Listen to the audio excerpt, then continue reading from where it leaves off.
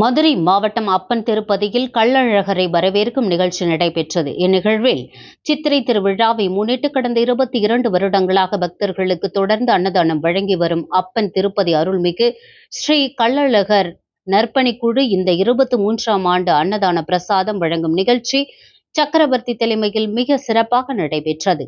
கள்ளழகர் நற்பணிக்குழுவைச் சேர்ந்த நண்பர்கள், பக்தர்கள் ஒத்துழைப்புடன் மிக சிறப்பாக இந்த வருடம் நடைபெற்றது. நியூஸ் 21 செய்திகளுக்காக செய்தியாளர் ரா விஜயகுமார்.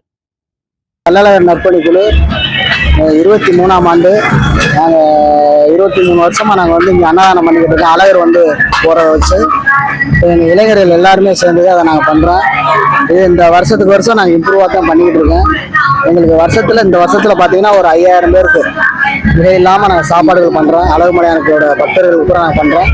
இது பொது ஜனங்களும் இங்கே இருக்கக்கூடிய நண்பர்கள் வட்டாரங்களும் இருக்கக்கூடிய சுற்றில் இருக்கக்கூடிய கிராம மக்கள்களும் எங்களுக்கு ரொம்ப ஆதரவாக நல்லா மேன்மேலும் நல்லா செஞ்சுக்கிட்டு வர்றோம். இதெல்லாம் கடவுளோட பிராப்தம் தான். இதை பற்றி பெரிய விஷயங்கள் சொல்கிறாங்கன்னா பெரியவரோட ஆசீர்வாதம் தான். அழகுமலையானோட ஆசீர்வாதம், பெரியவரோட ஆசீர்வாதம் தான். இது ரொம்ப சிறப்பாக பண்ணிக்கிட்டு இருக்கோம். இத்தனை வருஷம் பண்ணுறதுக்கு காரணம் அதுதான். இந்த மண்டபம் பாளையப்பட்டு இளைய ஜமீன்தாரோட மண்டபம். இந்த மண்டபம் நம்ம அப்பன் திருப்பதி சீனிவாச பெருமாள் அலமேல் மங்கை தாயாருக்கு சொந்தமான மண்டபம். இந்த மண்டபத்தில் நம்ம பாளையப்பட்டு இளைய ஜமீன்தாருக்கு இங்கே மரியாதை உண்டு. அவங்க தான் இங்கே இங்கேயும் முதல் மரியாதை, அழகர் கோவிலுக்கு முதல் மரியாதை, வண்டியூர்லேயும் முதல் மரியாதை.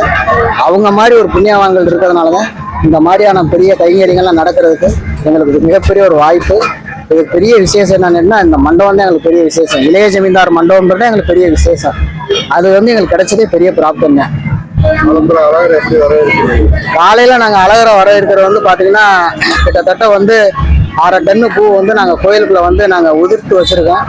எல்லா ஜனங்கள் மத்தியிலையும் இதை பூரா கொடுத்து அதை பூராமே அழகரை வரவேற்பதுக்காண்டி நாங்கள் இருபக்கம் மலர் தூவி இந்த ஜமீன்தார் மண்டபப்படி இந்த அன்னதான மண்டபத்துக்குள்ள பெருமாள் வர்றதுனால 2 பக்கம் வரவேற்பு பண்ணிக்கிட்டு தான் இருக்கிறாங்க. இது காலகாலமா இப்போ சமீபத்தில் கொஞ்ச காலமா அதை செஞ்சுக்கிட்டு வர்றேன்.